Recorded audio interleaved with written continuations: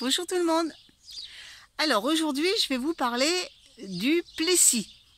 Pour ceux qui ne connaissent pas, c'est une technique pour faire des bordures au moyen de branches qu'on entrelace autour des piquets. C'est une tresse avec des branchages. En général ça se fait avec du saule, avec du châtaignier ou du noisetier. Il faut que les branches soient souples, mais pas trop pour pas que ça casse.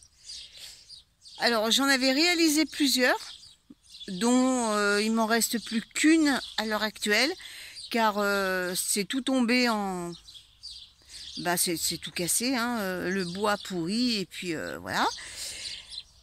Alors c'est une technique qui remonte du Moyen-Âge et qui est très en vogue en ce moment.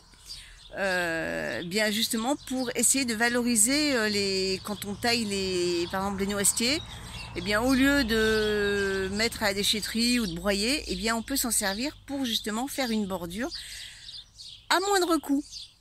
Alors je vais vous montrer celle qui me reste. Elle est à refaire. Je crois que je l'ai faite en 2019.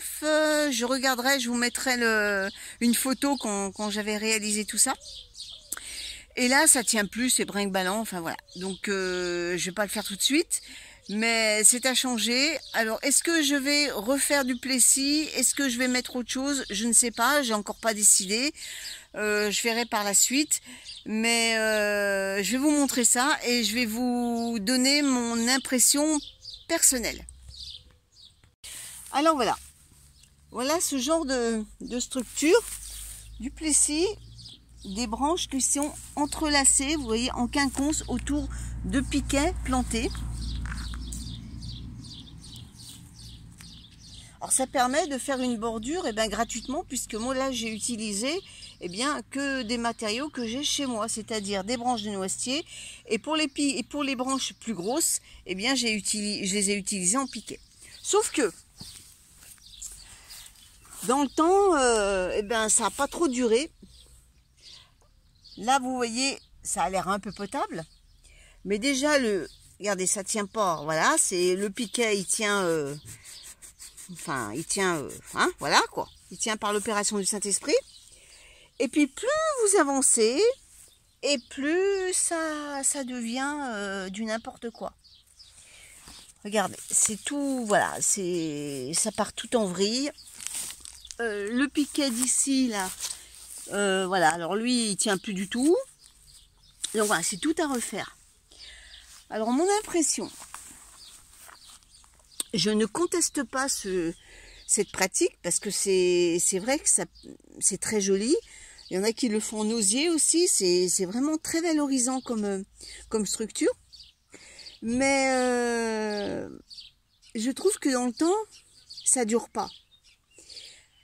Alors moi je me disais, si je refais du plessis avec des branches de noisetier l'année prochaine, par exemple, parce qu'il faut les prendre quand on est en train de tailler le noisetier, c'est-à-dire à l'automne,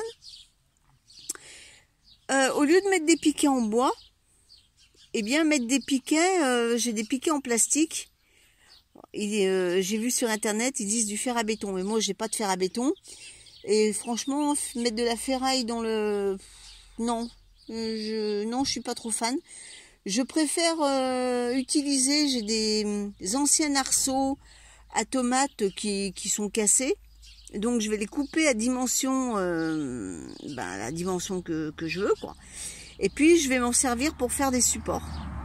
Comme ça au moins le support ne pourrira pas dans le sol.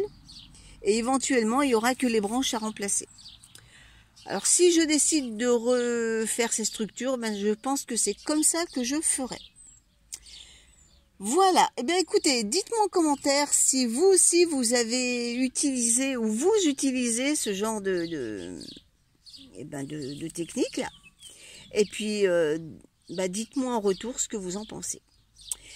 Voilà, voilou. Écoutez, je vous souhaite une bonne journée et puis on se dit à très vite pour une prochaine vidéo. Salut tout le monde!